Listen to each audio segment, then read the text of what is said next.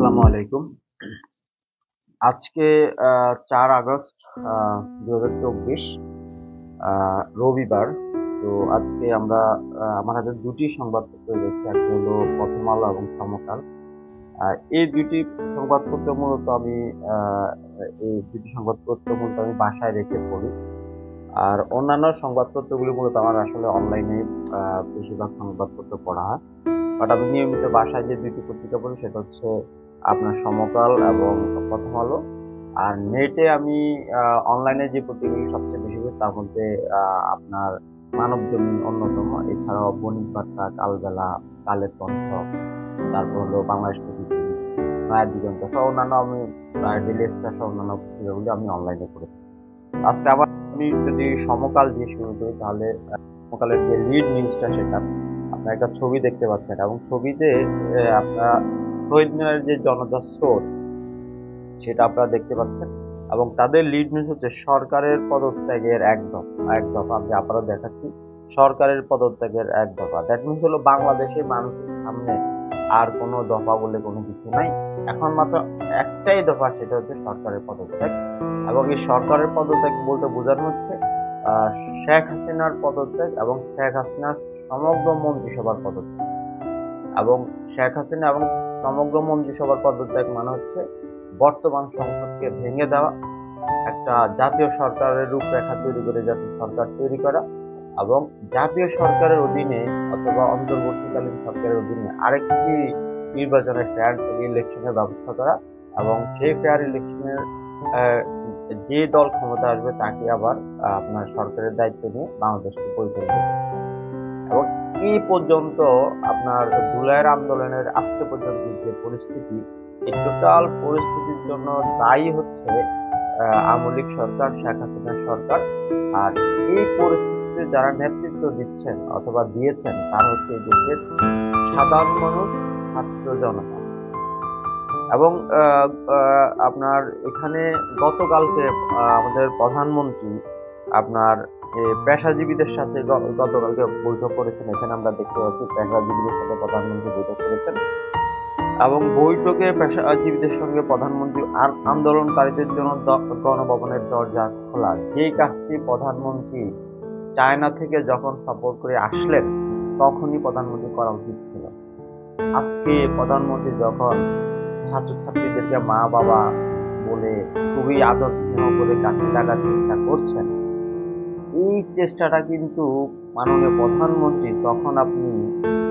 আপনি যখন চায়না থেকে আসলেন তখনই আপনি করতে পারতেন কিন্তু তখন আপনার মধ্যে যে অহংকার অহমিকা ছিল অথবা যে অতি আত্মবিশ্বাস ছিল সেটার কারণেই কিন্তু আজকের পরিণতি আপনাকে ভোগ করতে হবে এবং আমরা পৃথিবীর বিভিন্ন দেশের গণমাধ্যম বিশেষ করে ভারতের বিভিন্ন গণমাধ্যমে একটা বিষয়কেই খুব নিখুঁতভাবে দায়ী করেছেন সেটা হচ্ছে প্রধানমন্ত্রী শেখ হাসিনার অতি আত্মবিশ্বাস কোথাও কোথাও লেখেছে যে অতি আত্ম অহংকার এই দুটো বিষয়ের কারণেই আজকের এই পরিণতি এবং আওয়ামী লীগ সরকারের সাধারণ সম্পাদক সহ টোটাল দলের যে একটা দলবাজি অথবা হলো যে একটা নেতৃত্বহীনতা এই সব কিছুই কিন্তু এই বিষয়টির জন্য দায়ী কারণ তারা যে এত অহংকারী তারা যে এত আপনার আত্ম অহংকারী অথবা তারা যে এতটা তাদের আত্মবিশ্বাস অতি আত্মবিশ্বাস যে অতি আত্মবিশ্বাসটা আসলে শয়তানের থাকে এবং অতি আত্মহংকার মূলত শয়তানেরই থাকে শয়তানি এই আত্মহংকার অতি আত্মবিশ্বাসটা আসলে ভুলভাবে প্রকাশ করে সো এই কারণেই কিন্তু আপনার মানে এই ধরনের পরিস্থিতি তৈরি হয় তো আমি আবারও বলছি যে এখন প্রধানমন্ত্রী আসলে সবাইকে কাছে টানার চেষ্টা করছে গত 15 বছরও বিভিন্ন পেশাজীবীদের সাথে প্রধানমন্ত্রী এভাবে ডেকে নিয়ে গণভবনে কখনো মিটিং করেন না অথবা ব্যবসায়ীদের সাথে মিটিং করেছেন কিন্তু ব্যবসায়ীদেরকে মিটিং ডেকে এই ধরনের সাহায্য সহযোগিতা চান নাই যেটা প্রধানমন্ত্রী এখন চাচ্ছেন বাট অনেক দেরি হয়ে গেছে কারণ কি যত কিছুই হোক আজকে আপনার 4 তারিখ রবিবার সারা বাংলাদেশে আওয়ামী লীগ সরকার যাই করুক এদেশের সাধারণ মানুষ ছাত্র জনতা একদমই গরিব ধনী বিভিন্ন পেশাজীবীর মানুষ একদমই সব ধরনের মানুষ এবং গ্রামের গঞ্জের হাট বাজারের সাধারণ শ্রমিক, কৃষক, সব মানুষ কিন্তু এখন এক জায়গায় একই বিন্দুতে একটাই দাবি, সেটা হলো আপনাকে পদত্যাগ করতে হবে। তো সংবাদ মাধ্যমগুলি আসলে এভাবে প্রতিক্রিয়া ব্যক্ত করেছে। প্রধানমন্ত্রী পেশাজীবীদের সংগঠনে বলেছেন যে আন্দোলনকারীদের জন্য গণভবনের দরজা খোলা, প্রতিটি হত্যাকাণ্ডের বিচার করা হবে, আটক শিক্ষার্থীদের মুক্তির নির্দেশ। এখানে একটু কথাবার্তা বলি, দেখেন আটক শিক্ষার্থীদের মুক্তির নির্দেশ কেন আপনাকে কালকে দিতে হচ্ছে?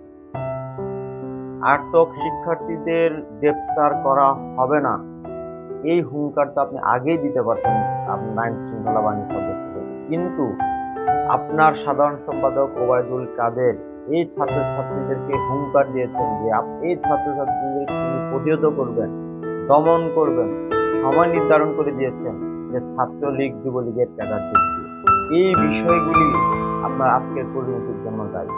তো আপনি আজকে যখনই ছাত্রছাত্রী মুক্তির নির্দেশ দিচ্ছেন, এই মুক্তি ছাত্রছাত্রীরা আদায় করে নিচ্ছে অথবা নিবে, এমন একটি পরিস্থিতি যে আসলে আপনি নির্দেশ দিচ্ছেন, এই নির্দেশটা আর কেউ এখন এটাকে গুরুত্ব দিচ্ছে না এবং এটাকে গুরুত্বহীন নির্দেশ না সবাই মনে করছে। সেই জন্য এটা আসলে তেমন কোনো বিষয় নয়। কিন্তু আপনি যদি প্রথম দিনেই বলে দিতেন যে কোনো ছাত্রছাত্রীদেরকে গ্রেপ্তার করা হবে না, তাহলে সেটা হতো ব্যাপারের লিড নিউজ, কিন্তু সেটা কিন্তু হয়নি। এই জন্য এটা গুরুত্বহীন নিউজ হয়ে যাচ্ছে। প্রতিটি হত্যাকাণ্ডের বিচার করা হবে, এটা আমরা কি জানি যে এটা একটা কৌশল, যারা আসলে গুলি করে তাদেরই বিচার করবে। অর্থাৎ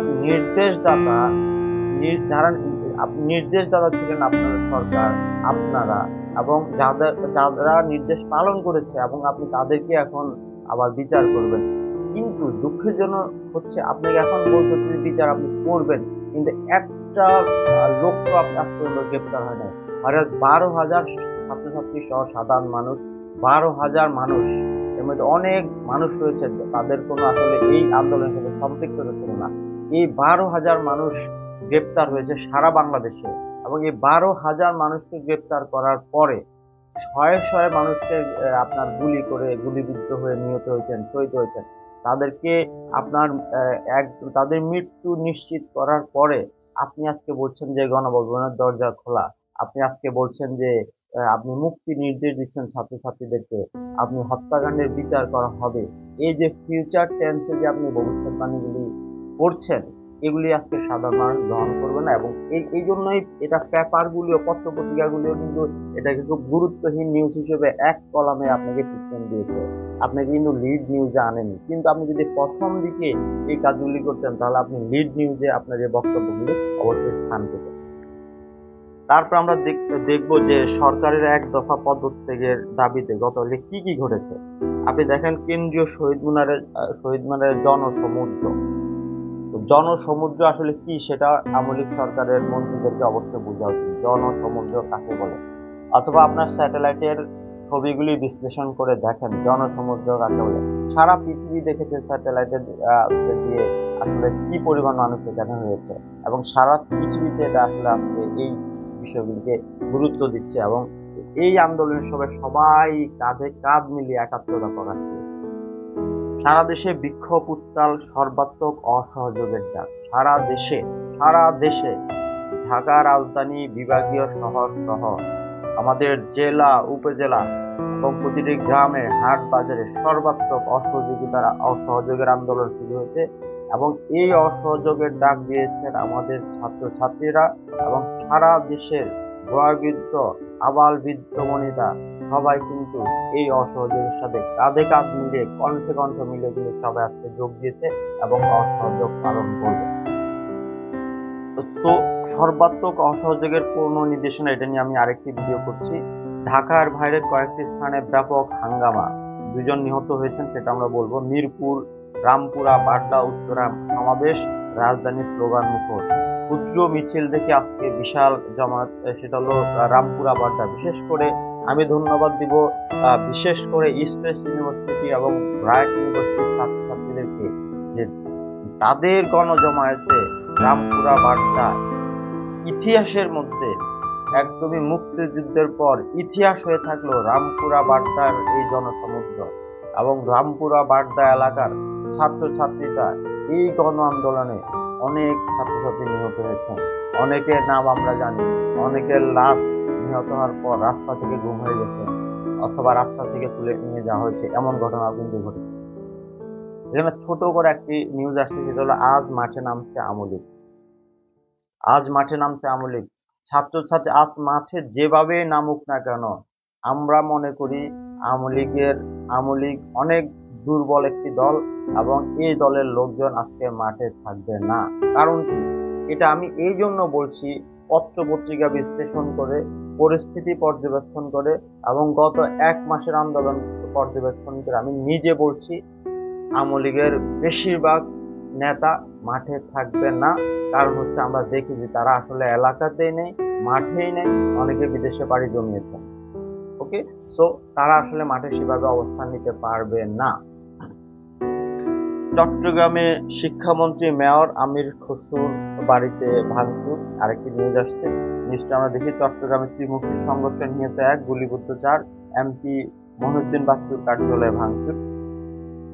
সচিবালয়ে স্বরাষ্ট্রমন্ত্রী বললেন, খুবই মানে একটি নিউজ, খুব ছোট করে একটি নিউজ আসছে, প্রধানমন্ত্রী মনে করলে পদত্যাগ করব, পুলিশের গুলিতে কেউ মারা যায়নি।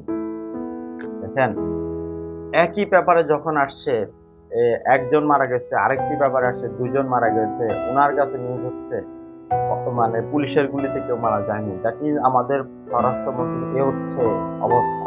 উনি জানেন যে তো উনার গোয়েন্দা বাহিনী কি করে, অথবা গোয়েন্দা বাহিনী ওনাদেরকে ভুল তথ্য দিচ্ছে কিনা, অথবা গোয়েন্দা বাহিনীর সদস্যরা এই আন্দোলনে যোগ দিয়েছে কিনা, সেই তথ্যগুলি ওনাদের কাছে নেই। তাহলে এই স্বরাষ্ট্রমন্ত্রী আমাদের স্বরাষ্ট্রমন্ত্রী একজন আসাদুজ্জামান খান কামাল, উনি একজন বীর মুক্তিযোদ্ধা, সেজন্য ওনাকে আমরা সম্মান করি। কিন্তু একজন বীর মুক্তিযোদ্ধার এই গত 1 মাসের যে অ্যাক্টিভিটি, যে কর্মকাণ্ড, এটাকে আসলে আমরা প্রত্যাখ্যান করলাম, আমরা এটাকে গ্রহণ করতে পারি না। তো যাই হোক, উনি এটা বলেছেন। তারপরে এখানে নিউজ আসছে, 11 জেলায় হামলা, সংঘর্ষ, আগুন, নিহত 1, আহত 2 শতাধিক। এটা হচ্ছে নিউজটা এরকম আসছে। এবং দেখেন চিটাগংয়ে যে আপনার শিক্ষামন্ত্রীর বাড়িতে যে আগুন দেওয়া হয়েছে, ভাঙচুর হয়েছে, সেটা একটা নিউজ। 11 জেলায় যে আপনার হামলা, সংঘর্ষ হয়েছে, সেটা নিউজ। পুলিশের 12 গাড়ি বক্সে অগ্নিসংযোগ, কুমিল্লায় সিলিন্ডার গাড়িতে আগুন, সারা দেশে 13 সংবাদকর্মী হামলা শিকার, এরকম একটি নিউজ এসছে। গাজীপুরে ব্যবসায়ী নিহত হওয়ার খবরটি এখানে এসছে। গতকালকে ঢাকা ক্যান্টনমেন্টে সেনাপ্রধান একটি মিটিং করেছেন সেনাবাহিনীর অফিসারদের সাথে, এবং সেখানে এটাকে বলে যে অফিসার্স অ্যাড্রেস মিটিং। তো সেখানে সেনাপ্রধান সারা বাংলাদেশের সকল ক্যান্টনমেন্টের আর্মি অফিসারদের সাথে মত বিনিময় করেছেন। তো সেখানে সেনাপ্রধানের একটি বক্তব্য এখানে আসছে, খুব ছোট করে দেখেন, যে গুজবে সচেতন থাকার পরামর্শ সেনাপ্রধানের। এবং এখানে বিস্তারিত নিউজ এসছে। জেনারেল ওয়াকারুজ্জামান বলেন, সেনাবাহিনী জনগণের পাশে আছে এবং থাকবে। আমরা খুব খুশি হতাম যদি গতকালকে ক্যান্টনমেন্টের থেকে ঘোষণা আসতো যে সেনাবাহিনী দেশের এই অবস্থায় সরকার প্রধান থেকে দায়িত্ব নিয়ে একটি অন্তর্বর্তীকালীন সরকার অথবা জাতীয় সরকার গঠনের প্রক্রিয়া শুরু করেছে। তাহলে সেনাবাহিনীকে আমরা সেনাবাহিনীর প্রতি আমরা শ্রদ্ধাশীল থাকতাম, আমরা আসলে খুব সাধারণ মানুষ খুব খুশি থাকতো।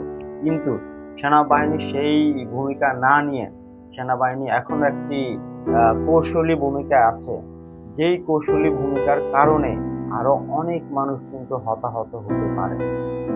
তো আমরা আশা করব আপনার জেনারেল ওয়াকারুজ্জামান, উনি আর শুভবুদ্ধির উদয় হবে, উনি দ্রুত ক্ষমতা বুঝে নেবেন এবং ক্ষমতা বুঝে নিয়েই সর্বোচ্চ 72 ঘন্টার মধ্যে উনি একটি অন্তর্বর্তীকালীন সরকার অথবা একটি আপনার জাতীয় সরকার গঠন করে দেশে শান্তি প্রতিষ্ঠা করবেন। যদি এটা করতে পারেন তাহলে আমরা কিন্তু সেনাবাহিনীর প্রতি শ্রদ্ধাশীল থাকবো। কারণ এই সেনাবাহিনীও কিন্তু ঢাকার মোহাম্মদপুরের বছিলাতে ব্রাশফায়ার কিভাবে করেছে সেটা সারা দুনিয়া দেখেছে। এবং এই সেনাবাহিনীর বিগত 15 বছরের অনেক ধরনের নেতিবাচক কর্মকাণ্ড রয়েছে, যেটা ইতিহাস হয়ে থাকবে, যেটার অনেক তথ্য উপাত্ত আছে, যেটার অনেক এভিডেন্স আছে। গত 15 বছরের যে 3টা নির্বাচনে এই সেনাবাহিনীর যে নীরব দর্শকের ভূমিকা, অথবা পিছন থেকে সেনাবাহিনী যে আওয়ামী লীগ সরকার যে ধরনের আপনার সহযোগিতা করেছে, সেগুলি এই জাতি মনে রাখবে। সেটা তথ্যপত্র এভিডেন্স সারা পৃথিবীর কাছে রয়েছে। অথবা এই সেনাবাহিনীরই একজন আপনার একজন সেনাবাহিনীর প্রধান মেজর জেনারেল আজিজ, উনি যে আমেরিকার আপনার দুর্নীতির কারণে নিষেধাজ্ঞা পেয়েছেন, সেটাও কিন্তু একটা ইতিহাস। এই সেনাবাহিনীকে নিয়ে যেটা ডকুমেন্টে প্রকাশিত, সেটাও কিন্তু একটা ইতিহাস। তাহলে সেনাবাহিনীর সাধারণ মানুষের কাছে সেনাবাহিনীর ভাবমূর্তি ফিরিয়ে আনতে হলে জেনারেল ওয়াকারুজ্জামানকে, উনি যে স্টেটমেন্ট দিয়েছেন সেনাবাহিনী জনগণের পাশে আছে এবং থাকবে, যদি জনগণের পাশে আপনারা থাকতে চান তাহলে খুব দ্রুত আপনারা দেশের দায়িত্ব গ্রহণ করুন। শেখ হাসিনা সরকারের কাছ থেকে আপনারা দায়িত্ব বুঝে নেন, খুব দ্রুত একটি জাতীয় সরকার গঠন করুন। দেশের আপামর সাধারণ মানুষ গতকাল আপনার কাছে সেই প্রত্যাশাই করেছিল এবং আজও দেশের সাধারণ সেই প্রত্যাশাই করে। সেই জন্য কিন্তু এক দফার বাস্তবতা আপনারা বুঝতে পারলে আশা করি আপনারা অবশ্যই আপনারা এই কাজটি করবেন। আরেকটি নিউজ আসছে, সেটা হলো পঙ্গু হাসপাতালে স্বাভাবিক জীবনে ফেরা নিয়ে শঙ্কায় কলেজ ছাত্র ইমরান। এরকম হৃদয় বিদারক ঘটনা অনেক ঘটেছে। অন্তত 400 থেকে 500 রোগী রয়েছে আপনার পঙ্গু হসপিটালে, যারা কোটা আন্দোলনে গুলিবিদ্ধ হয়ে বিভিন্ন অঙ্গ হারিয়েছেন। কেউ হাত হারিয়েছেন, কেউ পা হারিয়েছেন, শরীরে বিভিন্ন জায়গায় তারা বিভিন্নভাবে বুলেটবিদ্ধ হয়েছেন। এই ধরনের অনেক রোগী এখনো Dhaka medical college hospital, Suhrawardy hospital, Mitford hospital, আপনার মুগ্ধ হসপিটাল এবং আপনার পঙ্গু হসপিটালে কিন্তু এখনো ভর্তি রয়েছে, এখনো তারা কিন্তু চিকিৎসাধীন। তো এই বিষয়টি নিয়ে আমরা পরবর্তীতে কথাবার্তা বলবো। বদরুদ্দিন ওমর এদেশের একজন নাগরিক এবং একজন সিনিয়র সিটিজেন। ওনার একটি বক্তব্য, বিশেষ সাক্ষাৎকার নিয়েছে হলো সমকাল। সেখানে উনি উল্লেখ করেছেন ছাত্র আন্দোলন পরিণত হয়েছে জনগণের মুক্তির আন্দোলন। আপনি দেখেন, ছাত্র আন্দোলন পরিণত হয়েছে জনগণের মুক্তির আন্দোলনে, এবং উনি বলছেন জামায়াত নিষিদ্ধ করে সরকার পার পাবে না। তো বদরুদ্দিন ওমরের যেই আপনার অভিব্যক্তি, উনার যে মতামত, সেটা অলরেডি সরকারও বুঝেনি যে ছাত্র আন্দোলন পরিণত হয়েছে জনগণের মুক্তির আন্দোলন, জনগণ মুক্তির জন্য, আরেকটি মুক্তির আন্দোলনের জন্য। এটা জনগণের কাছে মুক্তিযুদ্ধ, এই দেশের তরুণ সমাজের কাছে মুক্তিযুদ্ধ। যারা 71 দেখিনি, আমরা যারা 71 দেখিনি, আমাদের কাছে এটাই মুক্তিযুদ্ধ। তো আমরা এই মুক্তিযুদ্ধে শহীদ হওয়ার পরেও কিন্তু ছাত্ররা মাঠ ছাড়বে না, ছাত্ররা আছে, তারা মুক্তির জয় নিবে। জামায়াত নিষিদ্ধ করে সরকার পার পাবে না, এটি একটি আপনার নিউজ। এবার আক্রমণাত্মক আন্দোলনে, এই ধরনের আক্রমণাত্মক আগে দেখা যায়নি। দীর্ঘ 15 বছরের ক্ষোভের বিস্ফোরণ ঘটেছে। তাহলে দীর্ঘ 15 বছরের ক্ষোভের বিস্ফোরণ ঘটেছে। আপনার নিউজটি দেখেন, দীর্ঘ 15 বছরের ক্ষোভের বিস্ফোরণ ঘটেছে। তো এই নিউজটি আমরা দেখলাম। আরেকটি নিউজ আসছে যে নেতাকর্মীদের মাঠে থাকার নির্দেশনা বিএনপির, এই নিউজটি আমরা দেখলাম। আরেকটি খুব গুরুত্বপূর্ণ নিউজ, সেটা হলো ব্লিংকেনকে জোরালো পদক্ষেপ নিতে, এই নিউজটি আপনারা দেখেন। ব্লিংকেনকে জোরালো পদক্ষেপ নিতে বললেন মার্কিন আইন প্রণেতারা। মার্কিন পররাষ্ট্রমন্ত্রী ব্লিংকেনকে বাংলাদেশের বিরুদ্ধে জোরালো পদক্ষেপ নিতে বললেন আপনার মার্কিন আইন প্রণেতারা। এখানে বলা হচ্ছে যে বাংলাদেশের হত্যাযজ্ঞ জনগণের গণতান্ত্রিক আকাঙ্ক্ষাকে সমর্থন, এবং সেখানে আপনার ইউএস এর 22 জন সিনেটর ও কংগ্রেসম্যান পররাষ্ট্রমন্ত্রী অ্যান্টনি ব্লিংকনের কাছে আহ্বান জানিয়েছেন যাতে বাংলাদেশের হত্যা ও মানবাধিকার লঙ্ঘনের বিষয়ে গুরুতর উদ্বেগ প্রকাশ করে জোরালো পদক্ষেপ নিতে, মানে যত দ্রুত পদক্ষেপ নেওয়া যায় সে আহ্বান কিন্তু ওনারা জানিয়েছেন। ওকে, তাহলে বাংলাদেশে যে হত্যাযজ্ঞ হয়েছে, অথবা যেখানে যে গণহত্যা হয়েছে, এখানে যে মানবাধিকার লঙ্ঘন হয়েছে, সেটা কিন্তু বিশ্বে খুব ভালোভাবে কিন্তু প্রমাণিত হয়েছে, এবং বাংলাদেশের থেকেও অনেক বেশি এভিডেন্স পৃথিবীর বিভিন্ন দেশে মানবাধিকার সংস্থাদের হাতে চলে গেছে। তো আমরা এটা আজকে দেখলাম যে সমকালের আজকে প্রকাশিত নিউজগুলো থেকে আমরা এই বিষয়টি আজকে দেখতে পেলাম।